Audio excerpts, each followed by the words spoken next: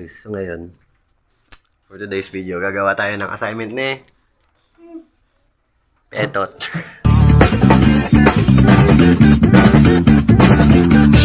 Bago ang lahat, bago tayo gumawa ng assignment, kailangan muna nating humigop ng mga pangmalakasang kape. Kaso wala na akong kape kasi nilagok niya. Lubos mo na ba yung kape? Oh. Ba? Alam ko na mangyayari. Kaya karoon tayo ng reserba, di ba? Yes, kape, baka naman. Baka naman. Ano ba yung assignment mo? Sumagot ka. Ha? Sumagot ka. Ano ba yung assignment mo? Ano yung gagawin nating assignment mo?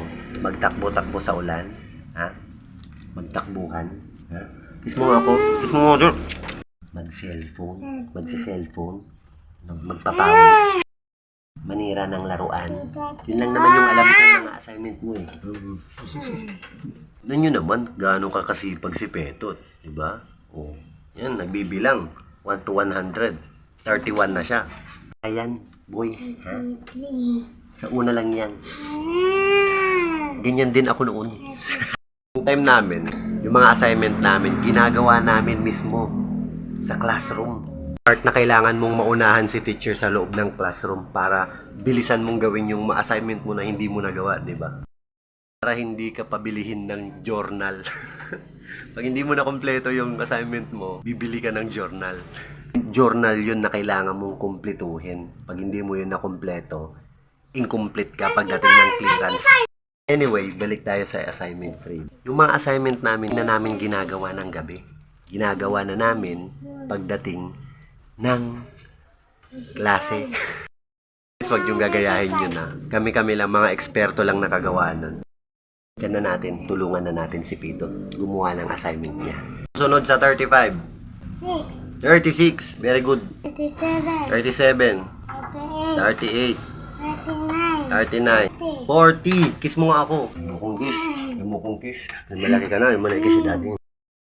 Tut, ayusin mo naman yung pagsulat mo. Kopyang-kopya mo yung pagsusulat ni daddy. Ano ang susunod sa 120? 121. 121 yan, boy. Walang ibang susunod sa 120. 121, intindihan mo ko. Susunod sa 1,000. Anong susunod sa 1,001? 1,002. 1,002. Susunod sa 46.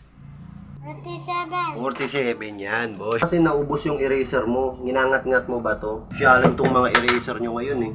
Eraser namin noon. Chinelas eh. Pag nakita ka ni teacher, automatic gaganituhin ka nyo. Yung mga teacher namin noon na sharpshooter, di ba? Doon kami natutong umiwas. Isang ganun lang sa'yo. Oh. Pumuporma pa lang teacher namin, gumagano na kami. Ng batang 90s, na practice namin umiwas sa mga ganong sitwasyon. Napakalupit ng mga estudyante ng mga danhay noon. Kami yung pinatatakutan ng school. Kung lang yan, Pedro. Kung ano yung number na wala dyan, yun yung ilalagay mo. Kung natapusin yan, gagawin ko pa si puti o lilinisan ko pa siya, ayusin ko pa yung ilaw niya. Tsaka, yung mga teacher namin noon, ang babait, papautangin kami.